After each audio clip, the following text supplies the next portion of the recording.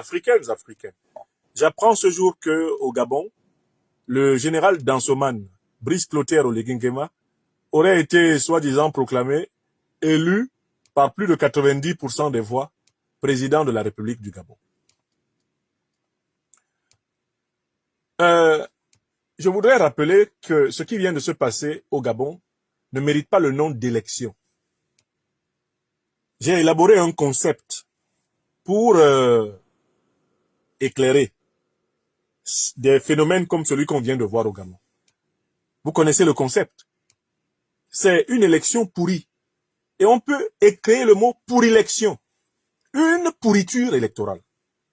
Pourquoi ce qui s'est passé au Gabon est une pourrilection et non pas une élection présidentielle?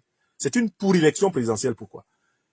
Premièrement, parce que M. Brice Clotaire Oligui Nguema a pris le soin d'éliminer les Gabonais du processus électoral.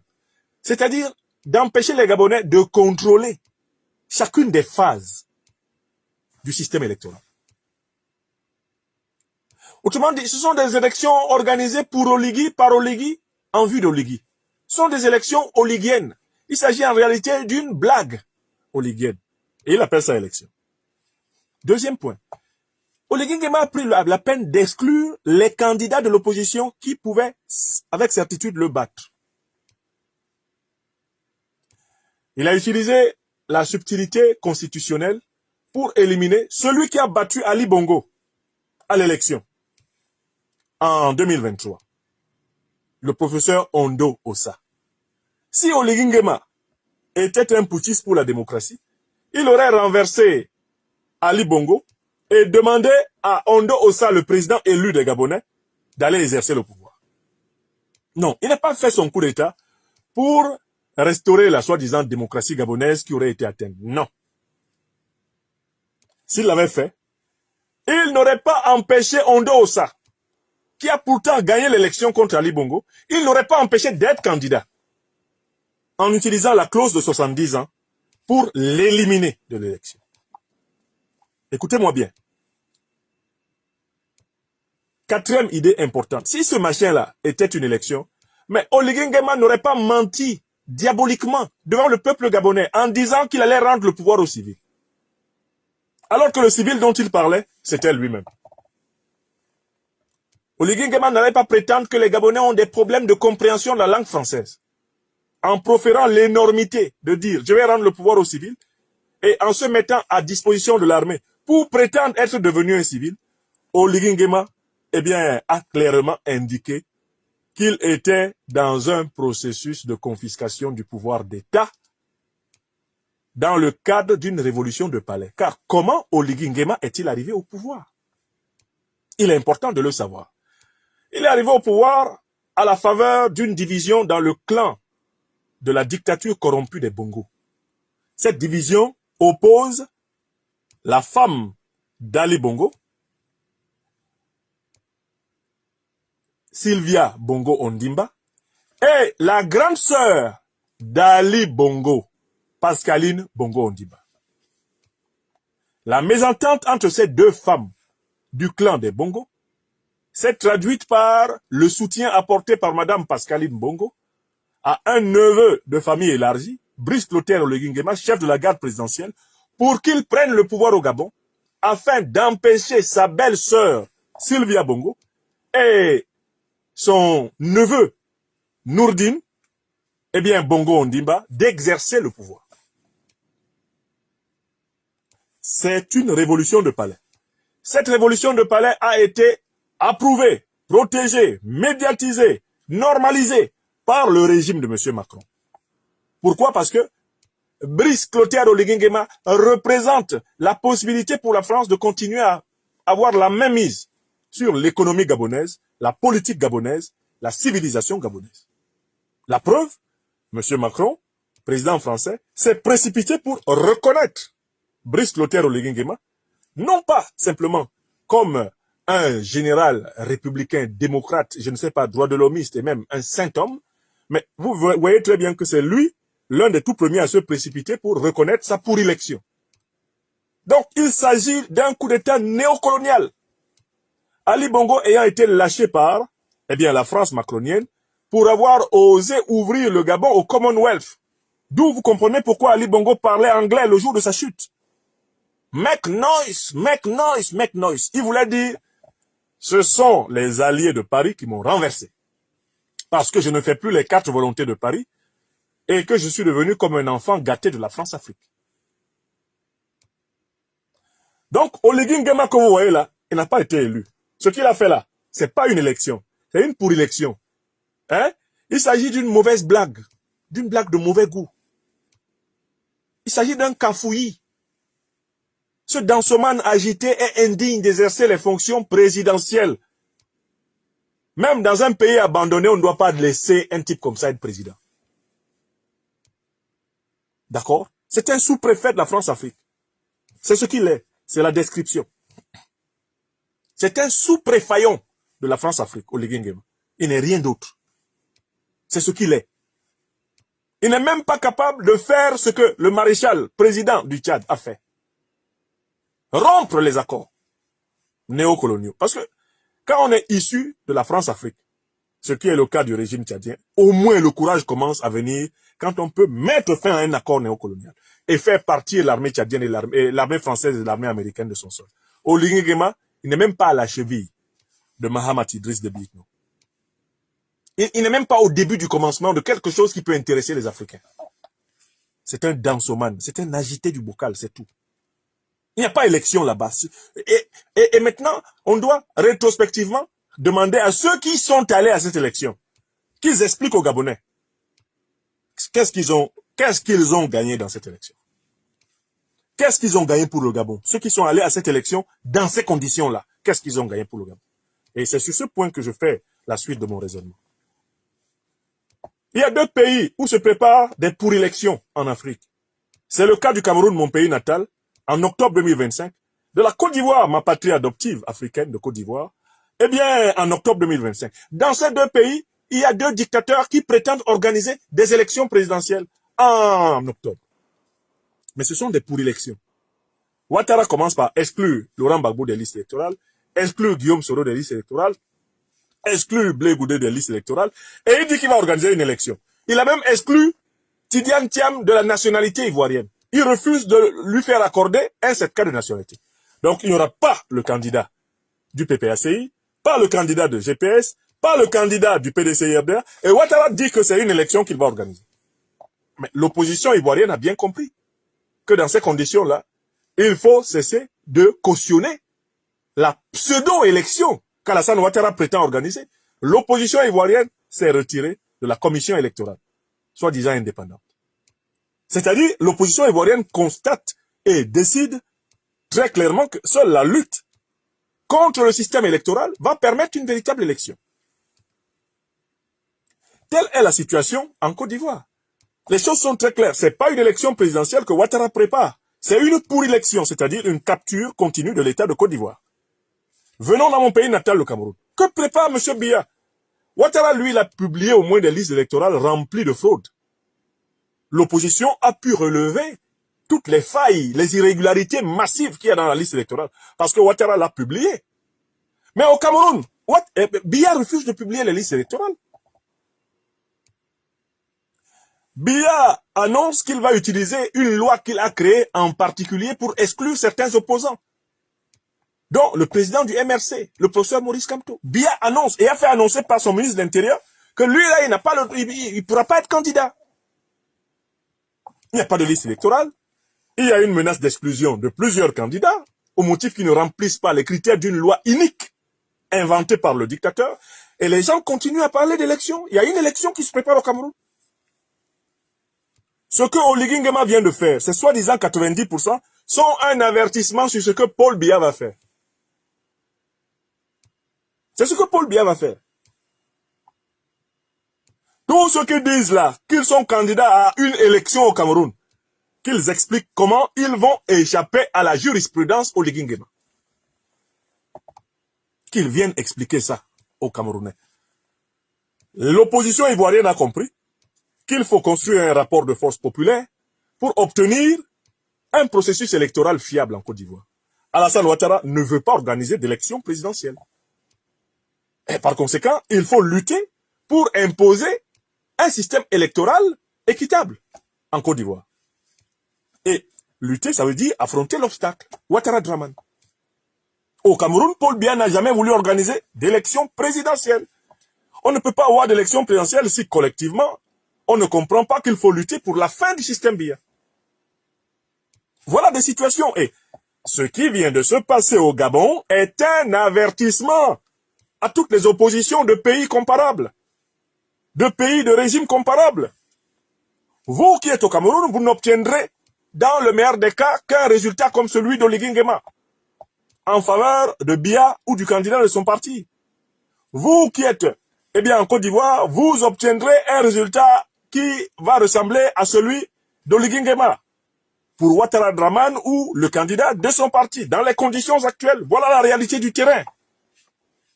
Voilà pourquoi moi, Niamsi ou Cameroun, j'ai toujours dit que pour libérer mon pays natal, le Cameroun, libérer la Côte d'Ivoire en matière adoptive, une grande mobilisation populaire de millions d'Africains de ces pays-là est nécessaire. Et qu'il faut même que cette mobilisation aille jusqu'à déclencher des processus de transition vers de nouvelles républiques fondées sur des bases plus équitables. Je l'ai dit, oui ou non? Vous savez que beaucoup d'individus me sont tombés à bras raccourcis dessus. Vous vous souvenez, des tombereaux d'insultes que j'ai reçus des officines de certains partis politiques d'opposition, camerounaises notamment, pour avoir dit « Il n'y a pas d'élection en octobre 2025 au Cameroun. Nous devons nous battre contre le système qui reproduit des parodies électorales, des fraudes électorales, si nous voulons avoir une compétition électorale noble, juste et belle. » Oligui Nguema vient faire une piqûre de rappel à l'opposition camerounaise. Une piqûre de rappel à l'opposition, ivoirienne. Une piqûre de rappel à toutes les oppositions des dictatures france-africaines qui continuent de se bercer de l'illusion que le système électoral du dictateur leur sera favorable. Oligui est là pour montrer, à ceux qui ne veulent pas voir, que ce qu'ils vont voir. Oligui Nguema est là pour montrer à ceux qui ne veulent pas voir au Cameroun, à ceux qui ne veulent pas voir en Côte d'Ivoire, ce qu'ils vont voir en octobre 2025. C'est ça. Lénine disait que l'histoire se reproduit souvent sous deux formes. Sur la première fois sous la forme d'une farce et la deuxième fois sous la forme d'une tragédie. Les résultats de l'élection, soi-disant élection présidentielle gabonaise, sont en réalité une farce. Alors que les résultats qui se préparent et qui sont déjà rédigés des élections présidentielles, des soi-disant élections présidentielles du Cameroun et de la Côte d'Ivoire seront une tragédie. L'histoire se répète souvent deux fois. La première fois sous la forme d'une farce. On voit un agité du bocal, un dansomane, un individu complètement déséquilibré, un individu instable dans l'espace et dans le temps, comme Oligui Nguema, présider à une république où des sujets brillantissimes, des sujets prêts à servir le peuple sont empêchés de s'exprimer. Et lui, c'est ce type-là qui vient présider à la République. Ça, c'est une farce. Ce qui se passe au Gabon, c'est une farce. Mais ce qui se prépare en Côte d'Ivoire et au Cameroun, c'est la tragédie. Voilà des pays qui sont en train d'aller dangereusement vers des guerres civiles. Uniquement parce que, collectivement, on n'a pas compris qu'il faut débrancher les dictateurs. Il faut les débrancher.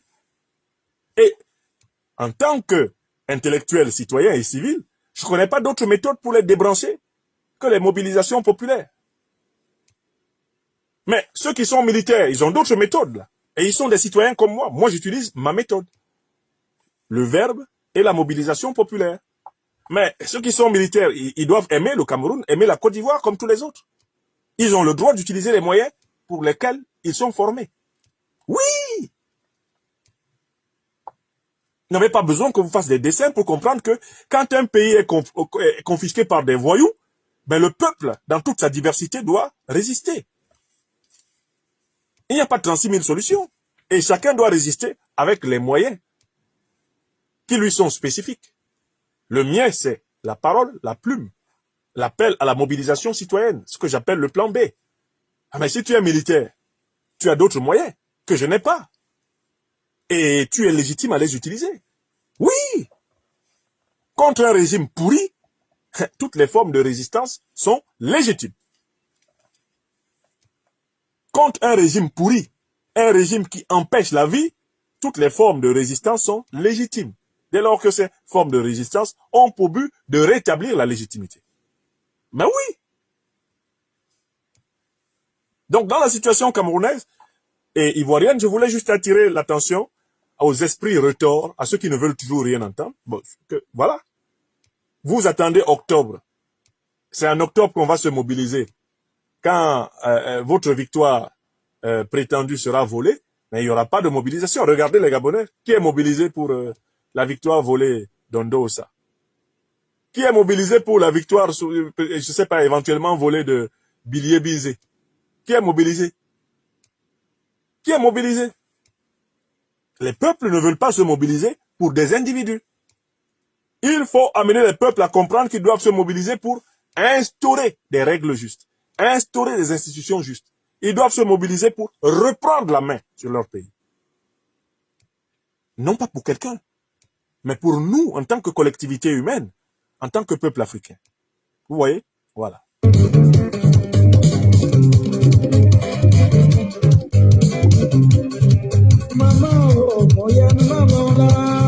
Bonjour Mahareno.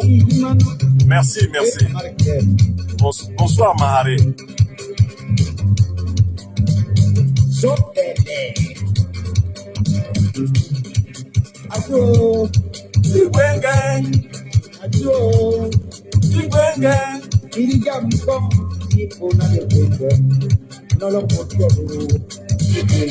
Alors, les perspectives. Je vais continuer dès que possible la tournée des conférences dédicaces de notre maître ouvrage, l'impérial terrorisme. J'ai certes promis à nos amis de Ouagadougou que je comptais, après Niamey et après Bamako, la faire chez eux. Eh bien, j'attends toujours le meilleur moment pour nos autorités pour que ceci se fasse en bonne entente avec eux.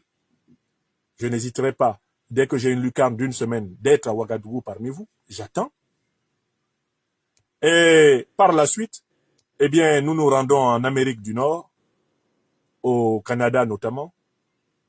Nous nous rendrons en Europe du Nord également, parce que j'y ai plusieurs lecteurs. Nous nous rendrons en Angleterre. Nous nous rendrons, eh bien, dans le cadre des déplacements des délégations de l'Institut de l'Afrique des Libertés, dans les zones à forte concentration de lecteurs pour ce livre. Ça, c'est la suite du programme. Mais je voudrais vous dire que je travaille d'arrache-pied à finir un autre livre que je vous ai toujours promis. C'est le livre sur la mahatocratie. Je travaille vraiment d'arrache-pied pour faire avancer ce livre parce que c'est un livre qui va inspirer, eh bien, je l'espère, les systèmes politiques africains du XXIe siècle à partir d'une reprise des grands enseignements de la tradition politique africaine. C'est un livre qui a pour but de faire un peu dans le terrain de la théorie politique, de la philosophie politique, ce que j'ai fait dans le terrain de la théorie du terrorisme. Dans le terrain de la théorie du terrorisme, trônait jusqu'ici le concept de djihadisme. Je l'ai détrôné pour le remplacer par le concept, eh bien, d'impérial terrorisme. Dans le monde politique en général, continue à trôner le concept de démocratie. Moi, je voudrais détrôner le concept de démocratie pour le remplacer par le concept de mahatocratie. De telle façon que nos plus hautes autorités politiques, lorsqu'elles veulent parler de l'idéal, de la norme, de l'idée régulatrice de l'ordre politique africain, n'utilisent plus le mot de démocratie. Je veux que le mot démocratie soit chassé de la bouche des Africains et qu'il soit remplacé par un mot venant d'une notion, non seulement en langue africaine, mais d'une notion de l'expérience africaine, la notion de Mahat. La Mahat doit remplacer la démocratie comme référentiel, comme concept normatif de l'ordre politique africain. C'est le but du livre que je suis en train d'écrire et je vais consacrer vraiment de longs jours à écrire. Ce qui fait que je serai peut-être moins régulier que d'habitude sur les réseaux sociaux parce que je dois accélérer la rédaction de ce livre pour qu'il soit une pièce, eh bien, déposée sur la table du constituant africain. D'ailleurs, la dernière partie du livre dans la dernière partie du livre, je rédige un projet de constitution pour une république martocratique africaine. Je rédige une esquisse de projet de constitution pour une république martocratique africaine. Et là, je prends le cas du Cameroun. J'essaie de rédiger un projet de constitution martocratique pour mon pays natal, le Cameroun, à titre d'exemple, en appliquant les principes de la Mahat. Voilà. Je vous remercie, mes chers amis, d'avoir suivi cette conférence de retour en très grand nombre. Vous étiez plus de 4000 sur nos chaînes YouTube. Vous étiez, eh bien, près de 1000 sur notre chaîne Facebook. Et je pense que vous étiez probablement des dizaines de milliers sur notre chaîne TikTok, Afrique des Libertés TOC, sur TikTok. Merci infiniment à celles et ceux qui ont partagé ce programme. J'ai fini de vous dire, à très court terme, quelles sont nos perspectives. La suite des conférences dédicaces, on continuera de renforcer la sécurité. N'ayez pas peur, mais nous serons prudents. Nous allons continuer notre ministère. Et merci à celles et ceux qui continuent à commander notre maître ouvrage, l'impérial terrorisme. Pour ceux qui vivent en Europe, en Asie et en Amérique, il est aisé à trouver via la plateforme Amazon, où vous l'avez acheté par maintenant plusieurs, eh bien, milliers. Par plusieurs milliers. Quant à ceux qui maintenant à Niamey auront besoin d'avoir un exemplaire de notre livre, eh bien, allez vous adresser à l'ONEP, où il y a quelques exemplaires disponibles, et je vous donnerai, eh bien, au Niger, le contact de mon ami, mon vieux pote avec lequel je fis autrefois la fac d'Abidjan, eh bien, le journaliste Haruna Gorel, que je salue. Il a mené avec succès l'organisation de cette conférence dédicace parrainée par le ministre porte-parole du gouvernement du Niger, le colonel-major, eh bien, Amadou Abdourahmane Djibo. Je remercie encore une fois de plus de tout cœur toutes les petites mains, toutes les grandes mains, et je remercie tous mes amis, mes frères et sœurs nigérois et nigériennes, qui chacun ont tenu vraiment à me manifester beaucoup de chaleur. Vous m'avez renvoyé beaucoup d'images. Je vais à présent commencer à les exploiter. Je compte publier l'intégralité des interventions qui ont eu lieu lors de la conférence dédicace. Chacune de ces interventions est une école. Je compte publier également la totalité des images disponibles pour que l'événement ne soit jamais oublié et qu'il contribue, bien sûr, tout naturellement à l'éveil du continent. N'oubliez pas de vous abonner et d'activer la cloche de notification pour rester informé de nos prochaines vidéos. Restez à l'écoute pour les développements passionnants à venir.